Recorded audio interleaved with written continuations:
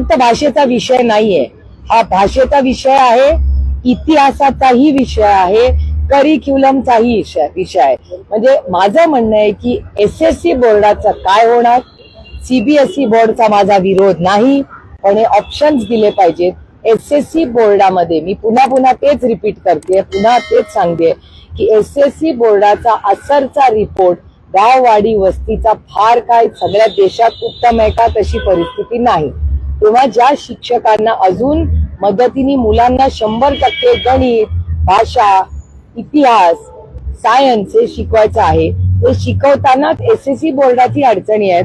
तुम्ही एक मोठा शिफ्ट, एक बोर्डाचा शिफ्ट करताय, आणि जेव्हा बोर्ड शिफ्ट होतं, इतिहास हा बदलणार आहे, भाषेमध्ये बदल होणार आहे. कुठल्याही भाषेचा विरोध, आमचं म्हणणं 100 भाषा शिकायच्या 100 शिका, आमचं स्वागतच आहे, पण लादू नका कुठलीही गोष्ट.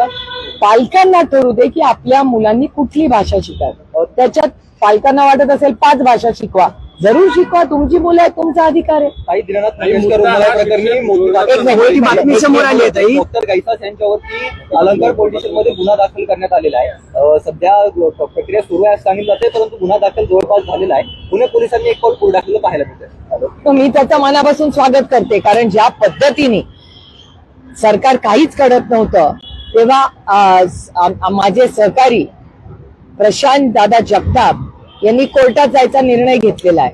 कारण का सरकार काही हालचालच करत नव्हतं. काही लोक तर पार क्लीन चिट पर्यंत पोहोचले होते.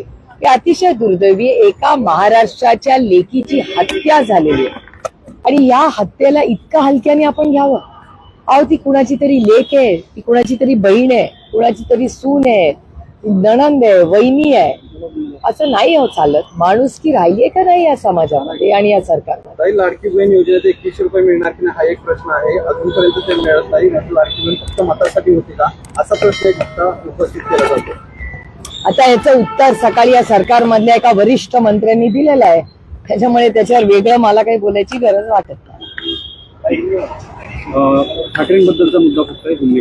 आज राजी और उद्धव जी ने जो दोनों तरफ से आज पहल हुई है, उसके मैं तहे दिल से स्वागत करती हूँ.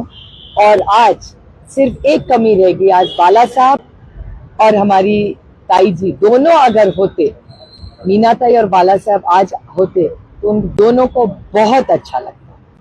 Thank you.